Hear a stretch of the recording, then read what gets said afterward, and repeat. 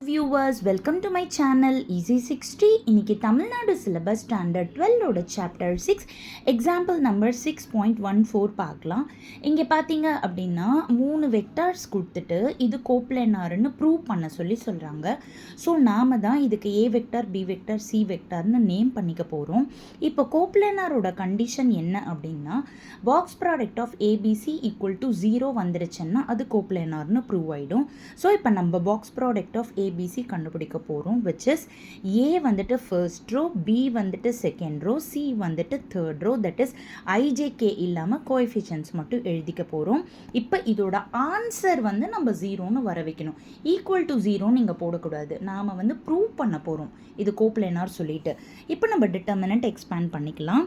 இதுக்கு plus sine, இதுக்கு minus sign, இதுக்கு ப்ளஸ் சைன். இப்போ இதுக்கு +1 இன்ட்டு இந்த ரோவும் காலமும் போச்சுன்னா 1 - 2. அடுத்தது இதுக்கு மைனஸ் சைன், -2 இன்ட்டு இந்த ரோவும் காலமும் போச்சுன்னா -2 - 6. அடுத்தது -3 இன்ட்டு இது க்ராஸ் மல்டிப்ளை பண்ணோன்னா 2 + 3.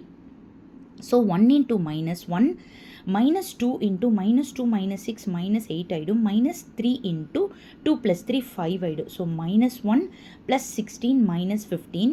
-1 - 15 வந்து -16 ஆகிடும். அப்போ -16 + 16 வந்து 0 அப்படின்னு வந்துடும். ஸோ பாக்ஸ் ப்ராடக்ட் 0ன்னு ப்ரூவ் பண்ணதால் hence they are coplanar. Thank you viewers.